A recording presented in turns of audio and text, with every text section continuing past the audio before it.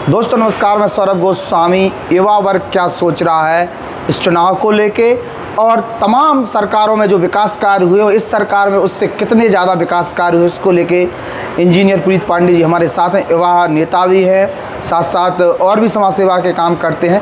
लगातार 40 दिनों से चुनावी इस महापर्व को मनाने के लिए लोगों के बीच में गए, लगातार अपने प्रयास जो कर सकते थे वो किए हैं। आइए आज इनसे चर्चा करते हैं किस प्रकार से पहले तो ये 9 सालों में आपका क्षेत्र बदला है। सर स्वागत है आपका। बहुत बहुत धन्यवाद सौरभ जी, आपके माध्यम से सभी दर्शकों को मेरा प्रणाम। देखिए सौरभ जी, अगर हम बात करें 2014 की जी, तो जहाँ तक पिछली सरकार की बात है तो किसी भी वर्ग की बात कर लें, चाहे वो किसानों की बात हो या गरीब युवाओं की बात हो या महिलाओं को लेकर बात हो या व्यापारियों की बात हो, किसान आत्महत्या करने को मजबूर रहता था। जहाँ तक गरीब लोग हैं उत्पीड़न का शिकार होते थे, महिलाओं पर अत्याचार होता था, बलात्कार जैसी घटनाएं आए दिन सुनाई देती थी। पिछली सरकार के नेता कहते थे कि बच्चे हैं, बच्चों पर गलतियां हो जाती। इस प्रकार के वक्तव्य पिछली सरकार में देखने को मिलते थे। आज आप देखिए, चाहे किसानों की बात हो, किसानों को उनकी फसलों का उचित मूल्य मिलता है। किसान सम्मान निधि के माध्यम से किसानों का सम्मान रखा जाता है। गरीबों के लिए प्रधानमंत्री मोदी जी की प्रधानमंत्री आवास योजना की स्कीम के तहत उन्हें पक्की आवास दिए जा रहे हैं। चाहे महिलाओं के सशक्तिकरण की बात हो, चाहे पिछड़े दलित आदिवासियों को सशक्त करने की बात हो। देखिए, कई प्रकार से इस सरकार ने युवाओं को लेकर आत्मनिर्भर करने के लिए कई प्रकार की योजनाएं चलाई हैं। तो इस सरकार में हमें लगता है कि सभी वर्गों को लेकर और सभी समाजों को एकजुट करते हुए राष्ट्र हित में ये सरकार विकसित भारत के संकल्प को लेकर कार्य कर रही है। प्रीत जी, केंद्र में मोदी जी, प्रदेश में योगी जी, और योगी को बुलडोजर जो एक प्रकार से लॉ एंड ऑर्डर को एक पर्यायवाची बन गया है। लगातार अब लोग भी चर्चा करते हैं पहले से अपेक्षा बहुत चीज़ें बदल गई। गुंडागिर्दी अमूमन समाप्त है, चुरकुटियाई समाप्त है। तो कहीं ना कहीं योगी जी ज़्यादा प्रभाव डाल पाए मोदी जी की अपेक्षा, या फिर कहें कि दोनों का कामकाज ठीक ठाक? देखिए, चाहे वो मोदी जी और योगी जी की जो MY फैक्टर है, निश्चित तौर पर गुंडे माफियाओं में एक दहशत का माहौल है। या तो गुंडों को जेल में जाना पड़ रहा है या इस दुनिया से त्यागपत्र देना पड़ रहा है। अगर रात में महिलाएं रात के 12 बजे सड़क पर आज निकल पा रही हैं तो निश्चित तौर पर यह मोदी सरकार की बहुत बड़ी उपलब्धि है। जब आप चुनावी क्षेत्र में जा रहे हैं, किस प्रकार का रिस्पांस मिला, लोग क्या कह रहे हैं? अभी भी कई समस्याएं होंगी, लोग चर्चा करते हैं उसको लेके। देखिए, कई प्रकार से समस्याएं पिछली सरकार में थी। इस सरकार में सरकार ने अगर कहीं पर समस्या रही है तो उसको समाधान की ओर प्रयास की तरफ बढ़े हैं, मतलब आगे बढ़े हैं, प्रयास किए गए, समाधान ढूंढे गए। अगर बात करें हमारी ललितपुर की, सौरभ जी मैं आपसे बात करूं कि जो देवगढ़ ओवर ब्रिज पिछले कई सालों से हम लोगों को जब रेलवे ब्रिज पर रुकना पड़ता था, घंटों इंतज़ार करना पड़ता था, आज रेलवे ओवर ब्रिज बनकर तैयार है। चाहे बयाना नाला की बात करें, बयाना नाला का जो पुल है वो पूरी तरह बनकर तैयार है। ट्रैफिक में कोई भी कंजेंशन अब हम लोगों को देखने नहीं मिलता। चाहे सिलगन का अंडर ब्रिज हो, चाहे हमें बात करना पड़ रहे तो युवाओं के लिए, जो ख़ास तौर पर लोग कहते हैं कि युवाओं के लिए क्या किया गया। देखिए, इस सरकार ने सबसे बड़ा जो काम करने जा रही है वह है सैदपुर बल्क ड्रग पार्क का निर्माण। निश्चित तौर पर सौरभ जी आप देखिएगा, सैदपुर बल्क ड्रग पार्क बनने के बाद उत्तर प्रदेश का नया नोएडा ललितपुर के नाम से जाना जाएगा, मुझे ये पूर्ण विश्वास। प्रीत जी, आपकी मेहरबानी क्षेत्र की बात कर दे, तमाम चूँकि नदियाँ हैं और नदियों पर पुल नहीं थे तो पहले एक समय था कि बारिश होती थी पूरा जाम हो जाता था। आज मेहरौनी विधानसभा में लगभग 2 रोड बहुत बड़े, एक तो आपका पाली से बालावहट और एक आपका नाराट से मेहरौनी जी, ये 2 बड़े लगभग 200 करोड़ की लागत से, 200 प्लस करोड़ की लागत से एक बन के तैयार होगा, एक पे काम लगा हुआ है। तो ये जो तमाम चीज़ें हो रही हैं ये उस क्षेत्र के लिए कितनी मायने रखती हैं?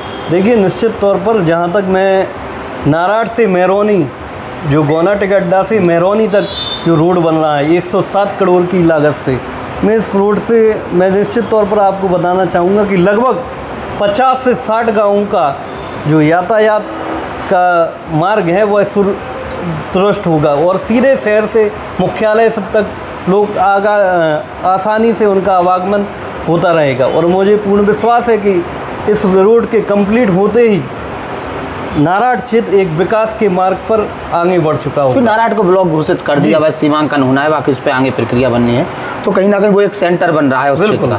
वहाँ से आप मढ़ौरा भी चले जाइए, वहाँ से आप मेहरौनी भी चले जाइए, वहीं से थोड़े आगे होने तो पाली के लिए भी रास्ता गई हुई है, और वहीं से आप बालाबेट के लिए भी एक शॉर्टकट रास्ता है जहाँ से आप जा सकते हैं। तो कहीं ना कहीं एक रोडों की चेन बनाने का प्रयास किया गया है, कनेक्टिविटी अच्छी करने का प्रयास किया गया है। देखिए सौरभ जी, मैं आपको बता दूं कि किसी भी क्षेत्र का अगर विकास का जो ढांचा होता है ना, वह होता है वहाँ का इंफ्रास्ट्रक्चर। अगर वहाँ की हम सड़कों को सुधार दें तो उस क्षेत्र की स्थिति अपने आप ही सुधर जाती है। पुनीत जी, आज देखने में आ रहा है कि चाहे विपक्षी लोगों की बात कर लीजिए, जिन्हें पर्दे मतलब आँख बंद कर लिए, उसी ओवरब्रिज से गुजर रहे, उसी अंडरब्रिज से गुजर रहे, उसी एक शानदार सड़क से गुजर रहे हैं, लेकिन कह रहे हैं कुछ नहीं हुआ।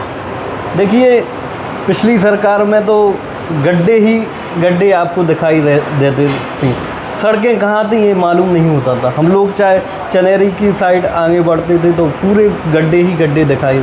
मध्य प्रदेश तक तो सड़कें अच्छी थी, लेकिन मध्य प्रदेश से जैसे ही उत्तर प्रदेश में प्रवेश करते थे सड़कों की स्थिति बदहाल हो चुकी थी। आज आप जाइए, चाहे राजघाट रोड की हम लोग बात करें या जखौरा साइड की बात करें या मेहरौनी से मढ़ौरा की बात करें, तो सड़कों का जो ताना बाना है वह बहुत अच्छी तरीके से। उत्तर प्रदेश का प्रवेश द्वार ललितपुर, जी सांसद बोल रहे, अब तो बड़े बड़े नेता बोलने लगे, मुख्यमंत्री खुद बोलते हैं भैया यूपी में प्रवेश करना है तो ललितपुर, और ललितपुर को इस तरीके से डेवलप किया जाए, या ललितपुर झांसी, कि लोगों को लगे कि हम कहीं आए हैं। इसलिए कई बड़े बड़े प्रवेश द्वार बनाए जा रहे हैं। रेलवे का जो अपना रेलवे स्टेशन है उसका कायाकल्प किया जा रहा, एक नया रेलवे स्टेशन डेवलप किया जा रहा है, एयरपोर्ट की भी चर्चा लगभग फाइनल उस स्टेज पे आ गई है। तो एक बहुत सारी चीज़ें इस एरिया को डेवलप करने के लिए किया गया है। वाटर रिसोर्सेज बहुत है, वाटर से जुड़े हुए क्या कौन से उद्योग धंधे प्रयास किए जाएं, आप क्या चाहते हैं कि क्या हो जाए नया?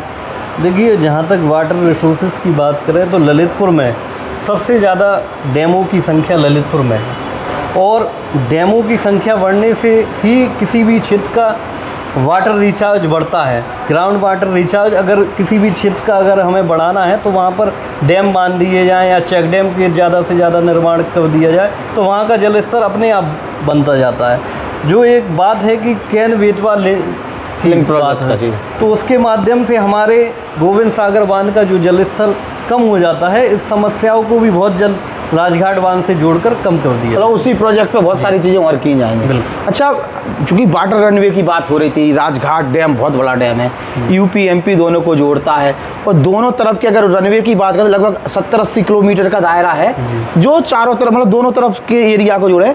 तो वहाँ पर रिसोर्ट डेवलप की बात की जा रही है, हनीमून सूट की बात की जाए, तमाम उसकी चर्चा की जाए। साथ साथ वाटर कल्चर से जो एक्टिविटीज़ पैदा होती है, चाहे स्पोर्ट्स से खास तौर से, तो डिमांड जनरेट हो रही है। अनुराग शर्मा ने बोला है, कारगर सिद्ध हो पाएगा क्या, वो करा पाएंगे सब चीज़ों के लिए 5 साल? देखिए जहाँ तक बात करें हम सांसद जी की, तो सांसद जी एक बहुत ही पढ़े लिखे और बहुत ही इस क्षेत्र को आगे बढ़ाने के लिए प्रयासरत हैं।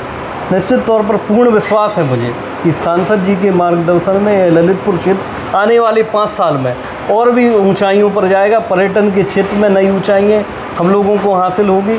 देवगढ़ में आप लोग देखिए कि हेलीपोर्ट का निर्माण किया जा रहा है, ललितपुर में ललितपुर एयरपोर्ट का निर्माण किया जा रहा है, और भी जहाँ पर कमियाँ हैं उनको पूरी किया जा रहा है। जी आप इंजीनियर हैं जी, इंजीनियरिंग कहाँ से की? जी हमने इंजीनियरिंग की है भोपाल से। यहाँ क्यों नहीं की?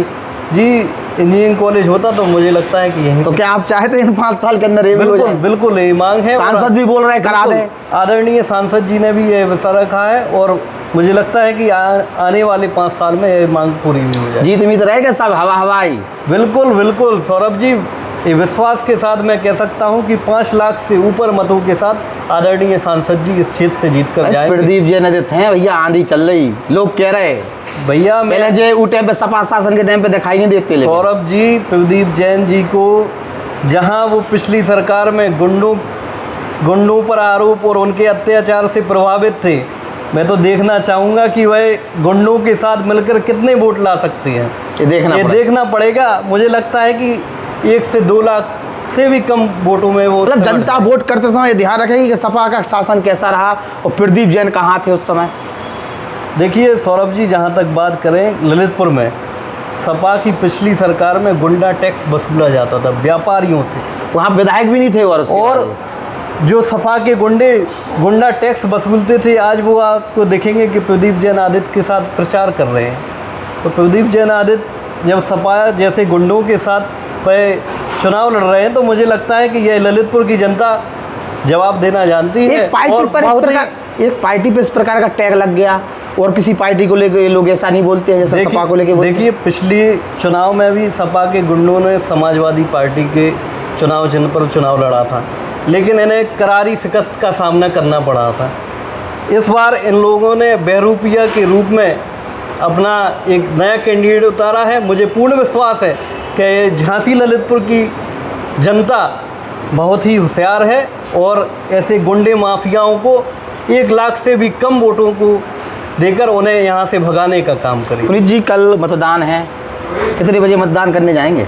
बिल्कुल घड़ी के 7 बजे ही हम लोग मतदान स्थल के लिए निकल जाएंगे। जिलाधिकारी अक्षय त्रिपाठी जी ने एक बहुत अच्छी मुहिम चालू की है। उन्होंने कहा है कि जो 7 बजे पहुँचे वो व्हाट्सअप एक नंबर जारी किया है, उस पर अपनी फ़ोटो लोड करें।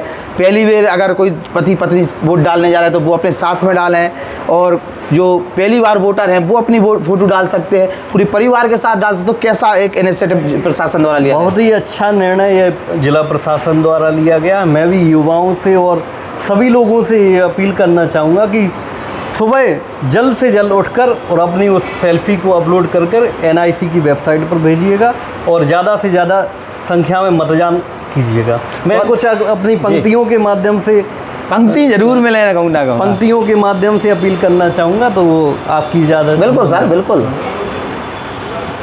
घर भी बने गरीब का कुटिया की रक्षा हो, घर भी बने गरीब का कुटिया की रक्षा हो, ऐसा बटन दबाना कि बिटिया की रक्षा हो। मंदेव तिलक कमंडल चुटिया की रक्षा हो, खेत पर सोते हुए किसान की खटिया की रक्षा हो, और ऐसा बटन दबाना मित्रों की बिटिया की रक्षा हो। दिन भी रहे सुरक्षित दिगंत की रक्षा हो, धर्म सनातन की रक्षा और हर पंथ की रक्षा हो, बन रहे नवनिर्माण की रक्षा हो, साथ ही भव्य दिव्य राम मंदिर के निर्माण की रक्षा हो, और ऐसा बटन दबाना मित्रों की बिटिया की रक्षा हो। बहुत बहुत धन्यवाद। तो इंजीनियर पुनीत पांडे जी थे, युवा नेतृत्व कहीं ना कहीं युवा है, युवा आह्वान किया है, और वास्तविकता में बहुत कुछ झांसी ललितपुर क्षेत्र में बदला है। हाँ, उन नेताओं को या विपक्षी नेताओं को दिखाई नहीं देगा जो उसी अच्छी सड़क से, उसी फ्लाईओवर से, उसी अंडरब्रिज से निकल रहे हैं, गुजर रहे हैं, लेकिन उन्हें वो चीज़ महसूस नहीं होगी, क्योंकि राजनीति है। राजनीति में जब तक नेगेटिव नहीं बोलोगे, चर्चा कौन सुनेगा? नमस्कार।